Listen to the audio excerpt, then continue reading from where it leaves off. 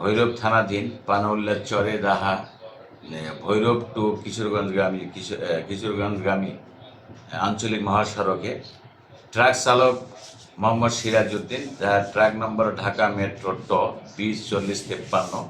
সে নেত্রকোনা দুর্গাপুর থেকে কাঠ বোঝাই করা ট্রাক সহ সে বিবাহের উদ্দেশ্যে রওনা হয়ে ঘটনার সময় সে ওখানে উপস্থিত হয়।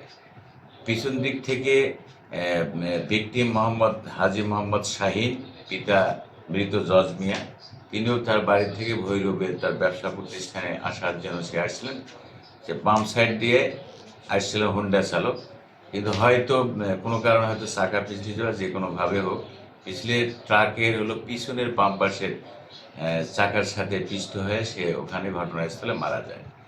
আমরা ট্রাক চালককে আটক করেছি এবং ভিকটিমের সুরতহাল রিপোর্ট সহ সুরতহাল প্রস্তুত সহ আইনানুগ ব্যবস্থা প্রক্রিয়াধীন।